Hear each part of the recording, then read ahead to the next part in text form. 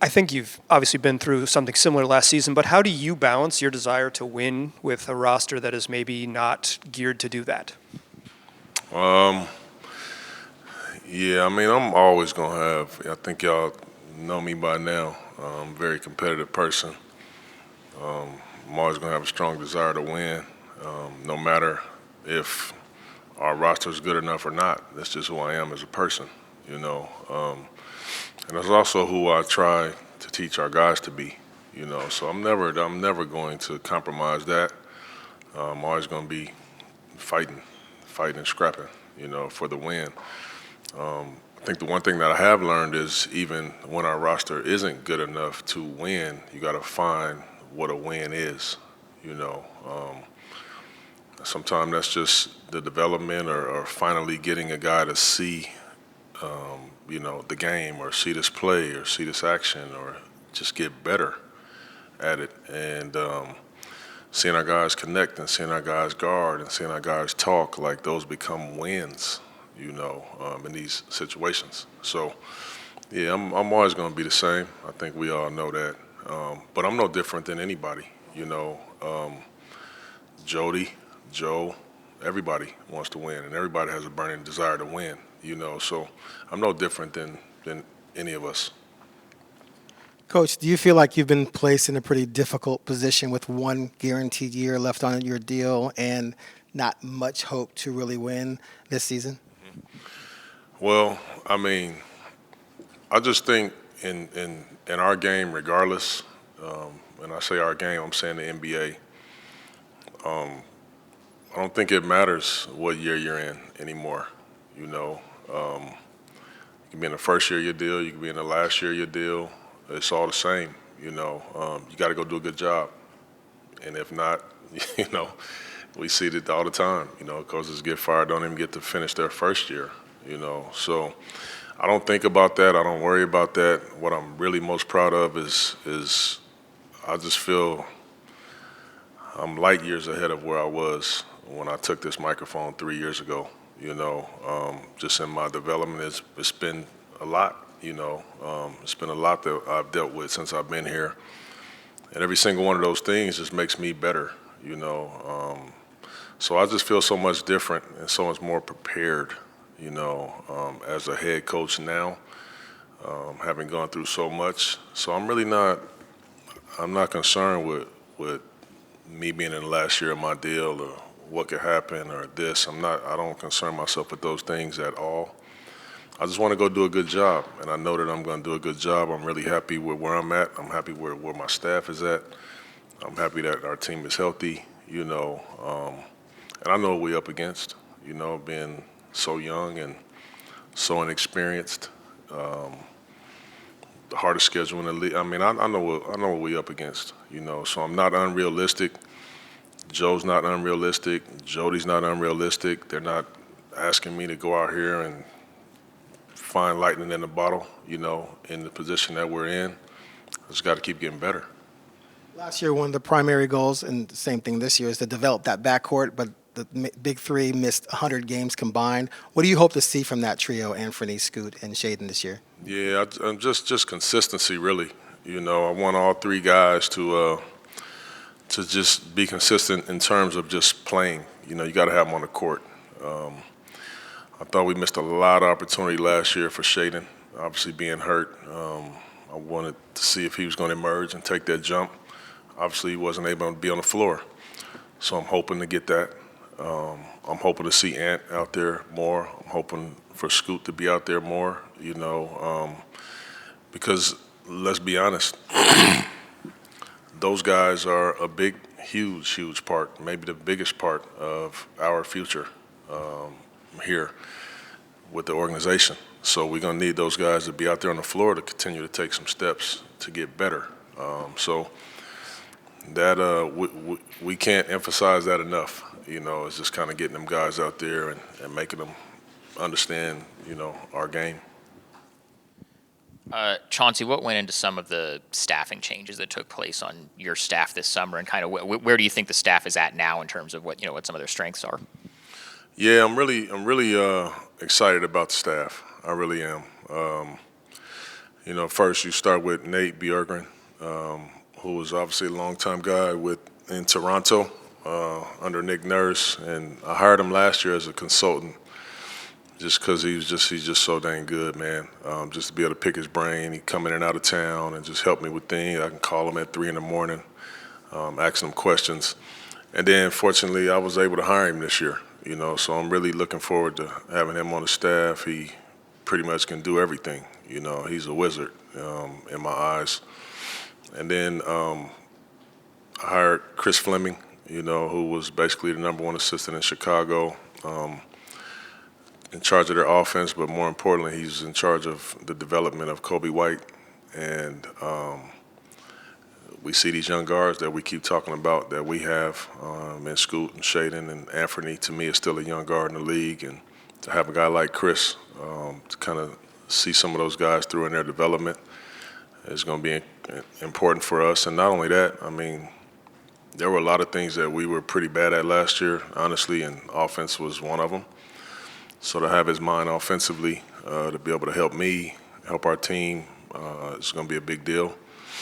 And then another addition that we made is Ronnie Burrell, who was behind the bench, but another really good young coach in the league. He was Coach of the Year in the G League a couple years ago with the Brooklyn Nets.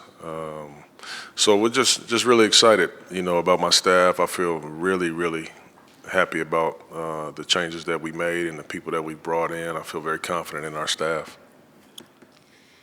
You mentioned those 3 guards. It's going to be difficult to have all 3 stay around long term. Just what is it going to take for a duo to rise out of those 3? And how do you manage that when knowing that it's going to be difficult for those 3 to stick around and somebody's probably going to have to go? I don't think about that difficulty. I really don't. What I think about is just trying to make them all reach their potential. They're all so different, and they all can be all-stars. They all got all-star potential. So I don't think about 2-3 years from now. I don't think about any of those things. I think about how can I make them all better. I think about how can I, help Scoot from having a tough year, last year. How can I help him? Ant, he's older than those guys, but still, to me, in my eyes, Ant, there's still so many levels that he can get to. He's still young, and Shaden as well. How can I help these guys? So I just want to coach them. I want to coach them hard. I want to challenge them, and I will. And I think they know that. We all know that. I'm always going to challenge our guys. And then, like you said, just see who emerges, Just see who emerges. They all going to have the opportunity. They're all going to have the same opportunity. And then you just see what happens. And those are not things that I can control. So whoever's over there screaming, I hope they're ready to go tomorrow. I don't know how much you've seen him like in workouts or whatever over the last month, but how do you see Denny fitting in? I've obviously we only played against Denny twice a year because Eastern Conference, but he's been here, all month, and I've been so impressed with him. He's easy to fit in anywhere. He can fit in anywhere. He's a basketball player. Our fans are gonna love him. I mean, he plays with so much fire and desire. But just skill-wise, he can really pass the ball. High IQ. He can guard multiple positions. Really good rebounder. Another thing that we've been needing, since Josh Hart left, we've been needing a guy that can go get you 8, 9, 10, 12 rebounds in a game from that position. So he's going to fit in perfect. He's still young, still a young player. Really cares about playing the game the right way. If a guy's open, pass it. If you can get on the floor for a loose ball, get there. And if you don't, he'll say something about it. I love it. So I'm really excited to coach Denny. Chauncey, this team isn't really all that different from last year, with the exception of the additions of Donovan and Denny. What do you look at this team and look for as far as identity? I think just having some consistency with people being on the floor